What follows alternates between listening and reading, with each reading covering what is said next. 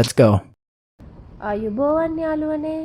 අද අපි ඔයාලව එක්කගෙන යන්නේ පරමාකන්ද රජ මහා විහාරයටයි.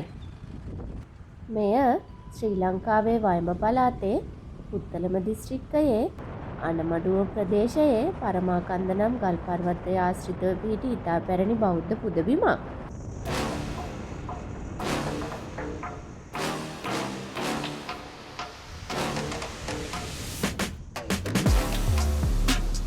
පරමාකන්ද පිළිබඳ ඉතා වැදගත් කරුණක් වන්නේ එහි පැරණි නාමය පිළිබඳ සාක්ෂි ගල් ලිපි වලින් හමු වී තිබීමයි. ආනමඩුවේ ප්‍රසිද්ධ තෝනිගල ගල් ලිපිවල මෙම ස්ථානයේ පැරණි නාමය අච්චගිරිතිස්ස පබ්බත ලෙස සඳහන් වන බව පුරාවිද්‍යාත්මක අධ්‍යයනවල දැක්වෙනවා. එම නිසා අද අප හඳුන්වන පරමාකන්ද විහාරය පුරාණ කාලයේ අච්චගිරිතිස්ස පබ්බත විහාරය ලෙස පැවති ස්ථානයක් විය හැකි බව සැලකෙනවා. මෙහි ඉතිහාසය වළගම්බා රජ සමය දක්වා එනම් ක්‍රිස්තු පූර්ව පළමු සියවස දක්වා දිවෙන බව විශ්වාස කරනවා. ගල්ලෙන් කටාරම් පැරණි ගල් ලිපි සහ ආරාමික නටබුන් නිසා මෙය වැදගත් පුරාවිද්‍යාත්මක ස්ථානයක් බවට පත්ව තියෙනවා. අපි දැන් මේ ඇවිල්ලා තියෙන්නේ ඒ රජමහා විහාරයටයි. මේ පඩිපෙළ නැගලා උඩට ගියාපුවාම අපිට ලෙන් විහාරය හම්බ වෙනවා. මේ පන්සල පිළිබඳව වැදගත් තොරතුරු රාශියක්ම පන්සලේ නායක හාමුදුරුවෝ කියලා දුන්නා.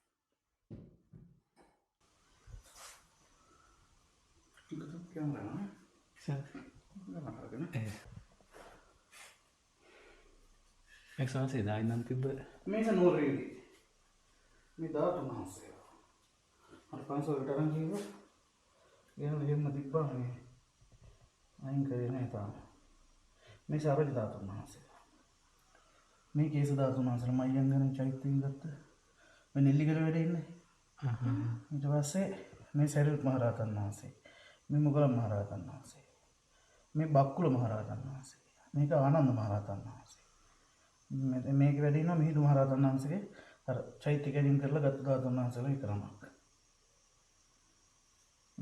මේ වැඩි හරියක් බුරුමෙන් ගෙනාවෝ තියෙනවා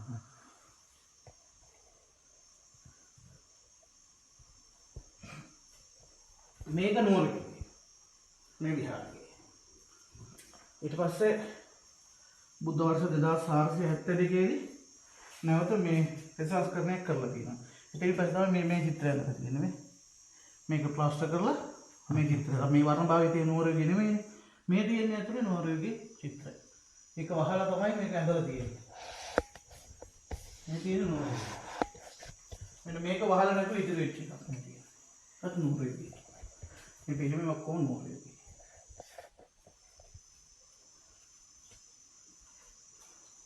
මේ සිවිල් මේ දායක චිත්‍රය කියලා දෙනවා කියේ තුනේ මේ තමයි පරණම විෂ්ණු දේවාලය.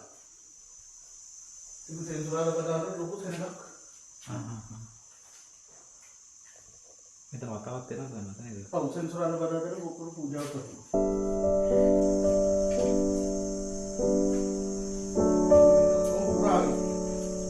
පිට මගුල් දායකත් කරන්න බෑ. අල්ලා බෞද්ධ සරක් රසායන කරනවා තියෙනවා.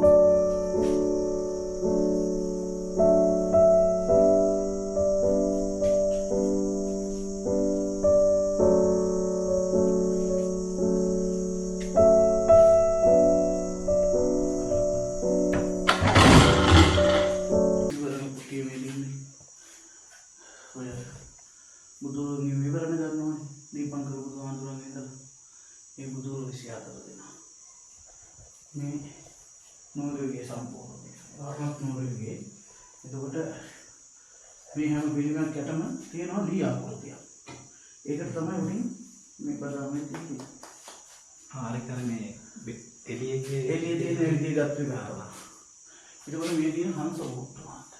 මේක පේනවද? ඒ සඳහන්. මේ හංස පුට්ටු වල ලංකාවේ මේ විදිය හංස පුට්ටුවක් තියෙන මෙතන විතරයි. කියන්නේ හංසයෝ 5 දෙනෙක්කින් යුක්ත හංස පුට්ටුවක්. දැනට ලංකාවේ උපරිම හංසයෝ 4යි. 5ක් තියෙන එකම හංස පුට්ටුව ලංකාවේ මෙතන. චිත්‍ර කලාව කරන අයට තමයි වැදගත් ඒක. මේ විහාර මන්දිරයේ තියෙන වටිනාම කොටසක් ඔය. ඔය හංස පුට්ටුවේ කතාව.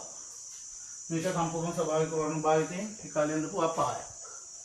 අපිට අපාය කොච්චර දකින්නත් මේ විදිහේ ශෛලින් නැහැ. මේ තියෙන අර ලියක්. මේකට තමයි මේ පැච් කියලා තියෙන අර බදාම අල්ල ගන්න ඕන නිසා. ඒකට ආලේප කරලා තමයි ගන්නෙ. අත් වලට වෙනම එකක් සම්බන්ධ කරනවා. මේ කොටසට වෙනම එකක් සම්බන්ධ. මේකෙන් නුත් වෙනවා නේද? සමහර මේකත් ඒ කාලේ තිබ්බ නූරගේ භාවිතා කරන්න උත්සාහ කරපු එකක් වෙන්න පුළුවන්. භාවිතා නොකර පැත්තකට කරපු එකක් වෙන්න පුළුවන්. භාවිතා කරන සමාට ඕකේ බදාම් ටිකක් කර තියෙනවා.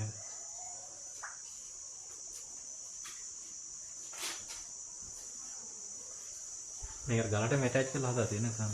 ඔව්. ඒ පැත්තෙන් ගැලෙන්නේ. මෙතනින් එහා අර ප්‍රතිසංස් කරකට ලක් කරලා නැහැ. මේක සම්පූර්ණ මේ මුළු පිටියේම තියෙන වෙස්සන්තර ජාතිය. ඒකෙදිත් මේ දැන් මේ කොකුණු මේ මාල් මේ චිත්‍ර හරි වැදගත් තියෙන්නේ. මේ මාල් පොකුණ ස්වභාවික පොකුණ නිර්මාණය. මේ තියෙන ටෝනිකල් සෙල්ලිපි ආකෘතිය. මේක ડોක්ටර් ගිහලා තියෙනවද? ඊළඟ කරනවා. නෑ පැත්තේ තියෙන ටෝනිකල් සෙල්ලිපි කියන්නේ ලංකාවේ තියෙන දිගම සහ විශාලතම බ්‍රාහ්මී අක්ෂරයෙන් යුක්ත සෙල්ලිපිය. එතකොට එක අකුරක් සාමාන්‍ය අඩිය පමණ ගැඹුරට කොටලා තියෙනවා. විශේෂයෙන් මේ ග්‍රැනයිට් එකේ තියෙන පොඩි දුර්වලතාවයක් අර කාදනය වෙන විදිහේ පතුරු ගැලවෙනවා වගේ ඒකත් හේතු කරගෙන ඉන්නේ ගැඹුරට කොටලා කියනවා. එතකොට මේක වලගම්බා රජුන්ගේ කාලේ. එතන තියෙනවා වැවක්. ඒ වැව මේ පන්සලට පූජා කරලා තියෙනවා. ඒක තමයි සදාහන වෙලා තියෙන්නේ මේ පරුම කබ්බේ පුත පරුමක තිසහවපි අච්චගිරික තිස භවතේ අගත අනගත චතුදිස්ස සගස දිනේ කියලා. ප්‍රධාන අබේගේ පුත් ප්‍රධාන තිස්සගේ වැව. පරුමක ප්‍රධාන කියනකොට අපිට වලගම්මා රජතුම වට්ටගාමිනී වට්ටාභය වලගම්මා කියලා ගන්නත් පුළුවන්. එයාගේ පුත් තිස්සගේ වැව අච්චගිරික තිස්ස පබ්බත විහාරය. දැන් මේ පරමකන්ද ඒ කාලේ මේකට කියව අච්චගල විහාරය. වලස්ගල විහාරය කියලා. මේ විහාරයට සිවුදුකින් වඩන මහා සංඝයාට පූජා කරලා තියෙනවා. ඊට පස්සේ තියෙනවා ගමිණී අබේ. දෙවියන්ට පිය වූ ගමිණී අබේ මහරජුගේ නියමයේ පරිදි අච්චනගරේ සහ තවුරුචිය නගරේ මේ විහාරයට පූජා කළා කියලා. ඉතින් ගමිණී අබේ කියලා කියන්නේ ගමිණී කියලා අබේ කියලා කියන්නේ ගෞරවය. දේවානම් පිටිස්ස අබේ දුට්ට ගාමිණී අබේ වට්ට ගාමිණී අබේ පළගම්බා අබේ. ඒ වගේ මේ එයාගේ නියමයේ පරිදි ඒ නගර දෙක පූජා කළා කියලා සඳහන් තියෙනවා.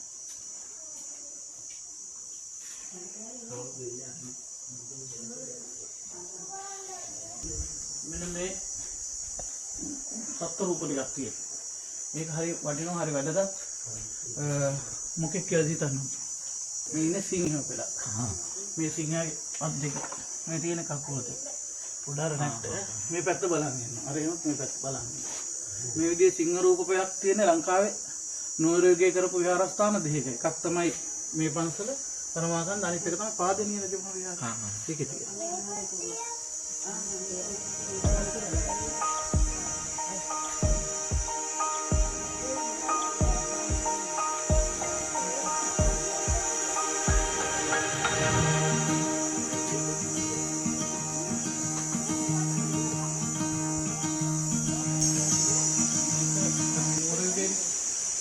අනුරාධපුරේ ගේනකට මේ කටාරක් මේ කටාරම් මෙතන ඉඳලා තෙන්ඩ තියෙනවා. එතකොට මේ සම්පූර්ණ මේ පිටි වල තිබිලා තියෙන එලිමහන් චිත්‍ර. ඒවට වතුර නොවැටෙන්න තමයි අර කටාරම් ගොඩක් මුන් කොටලා තියෙන්නේ. අර බදාම තියෙන්නේ ඒක. අර ඔත්පිරිමේක රූපයක් තියෙනවා. ඊට පස්සේ ලෙන් පූජාවක් සම්බන්ධයෙන් සෙල්ලතියක් තියෙනවා. අර දිගට මතෙන්ට යනකම් ඒ බදාම ටික තියෙනවා. එතකොට දැනට පුරාවිද්‍යාව තහවුරු කරනවා ලංකාවේ තියෙන නොතෙමෙන එලිමහනක තියෙන නොතෙමෙන එකම චෛත්‍යය.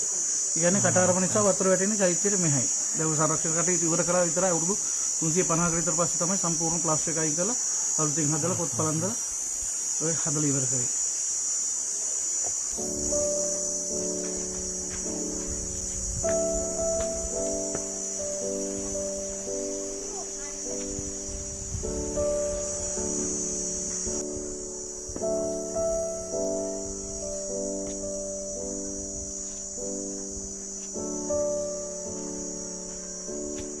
මේකදී අවුරුදු 40ක් 45ක් කිසිම සංරක්ෂණ කටයුත්තක් කෙරුවා නෑ.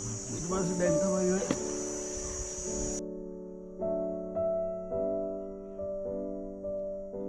වහල ඔක්කොම කැඩිලා ඉදාස වෙලා තිබුණේ. හරි ඒක.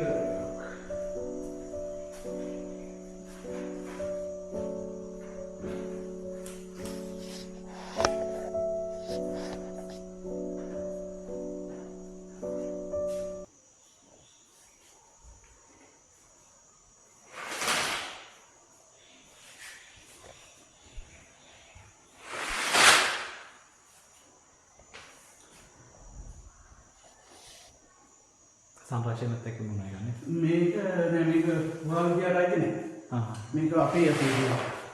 මේ ගල තියෙන්නේ මෙතන නේ? මෙතන නම් ගල මේක. එතකොට මේ බුද්ධ වර්ෂ 2500 තමයි හදලා තියෙන්නේ. ඔබ 70ක් විතර පරක්. මේ විචි කුපුරලා මෙක්කොම. කුපුරලා මේ පල්ලෙහාට බහලා තියෙනවා. ඊට පස්සේ තමයි එළියෙන් අර ප්ලාස්ටර් ගහලා අලුතෙන් බීම් හයි කරලා සෙට් කරා. නැත්තම් විහාරේ යනවා. මේකතර මේ ගොඩක් කියලා පරණ එක. නෑ ගොඩ නැගිලා ඒ සීමාවන තමයි හදලා තියෙන්නේ.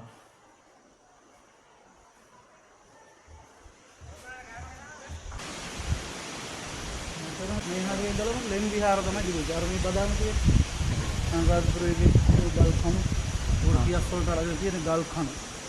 මෙතනින් පස්සේ මෙතන ඉඳලා මහල් දෙකක එකක් තිබිලා තියෙනවා. මොකද උඩ මුක්කු ගල් තියෙනවා. යට මේ පාදම් ගල් කියලා අපි කියන්නේ. ගල් කණු හිටවකෝ. අපි එහෙම තිබුණායි කියලා ගන්න පුළුවන්කම තියෙන මේ පාදම් ගල් ළඟ වැටලා තියෙනවා. දැන් මේ සඳකඩ පහන මෙතෙන්ට ආවට මේක ආරම්භක සඳකඩ පහනක්. නෝරුවේදී අනුරාධපුරයේදී. මොකද මොනක් කැටයන්නේ නැහනේ. එතකොට අර දැන් අර පාදම් ගල් බොහොම ළඟ තියෙන්නේ. එතකොට එහෙම ළඟ දැන් ලෝමහාපායේ ළඟ ගල් කණු තියෙන්නේ මහා රතක් උඩට ගියානේ. ඒත් එක්ක එහෙම කල්පනායකට එන්න පුළුවන්.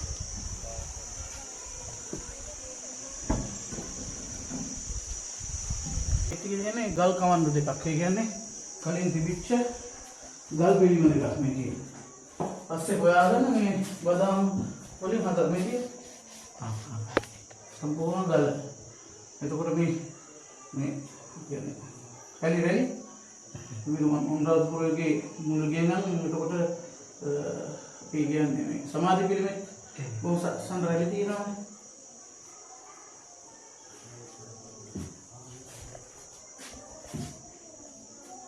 මේක මේ මෙතනම තිබ්බ දෙකක් ගන්නවා. නෑ. අය කොහෙද තිබිලා හම්බෙලා ගෙනල්ලා හදලා.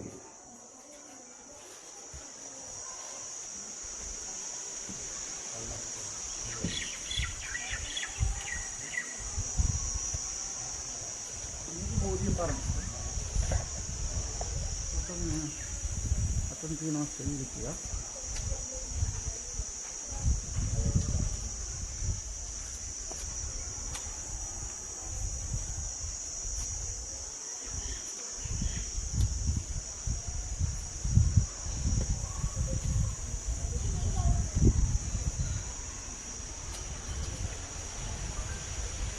කුඹුරු පූජාවක් සම්බන්ධයි.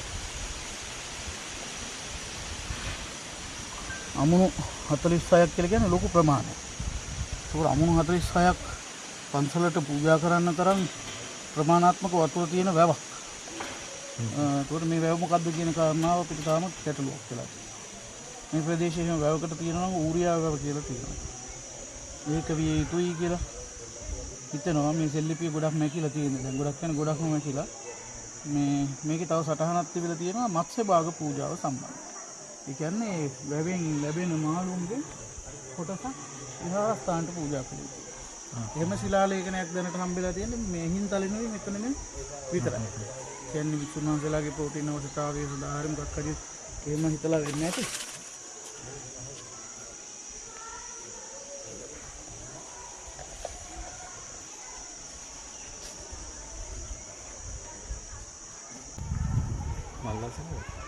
මල්ලාසනයක් කියලා තමයි හැමෝම හිතුවේ. සෑහෙන කාලයකට මේක මොකද්ද කියන එක තහවුරු කරගන්න බැරිනවා. පස්සේ මේක රිසර්ච් කරපු මහත්තයෙක් ඒක තහවුරු කළා පුරාවිද්‍යාවකට මේක වජ්‍රාසනයක්. කියන්නේ අනුරාධපුරයේ මුල් යුගයේදී ඔය සිරිපතුල් වන්දනා. ඊට පස්සේ බුදුහාමුදුරුවෝ දැන් අපි විහාර වලට බුද්ධ ගයාවට ගිහිල්ලා වඳින්නේ වජ්‍රාසනයේට. ඒ වජ්‍රාසනයේ සමාන කරලා මේ විදිය ලොකු ගල් පූරු හදලා මදක් වලලලා මේ හැඩ නැහැනේ මල්ලාසනයක හැඩ නැහැ.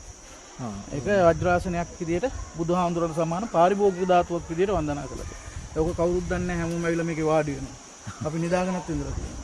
දැන් මේකෙන් පස්සේ තමයි මේ ප්‍රොජෙක්ට් එක ඇතුළේ මේක ඩෙවලොප් වෙන්නේ. අර ගල් ලුගෙනලා තියෙන්නේ.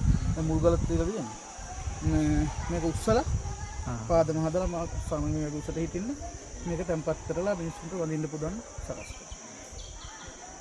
ඔබත් මේ වගේ අපේ රටේ සැරිවුණු ඓතිහාසික ස්ථාන ගැන දැනගන්න කැමති නම් අපේ channel එක subscribe කරලා අපිත් එක්ක දිගටම එකතු වෙන්න. පරමාකන්ද දෙවනි කොටසින් නැවත හමු වෙමු.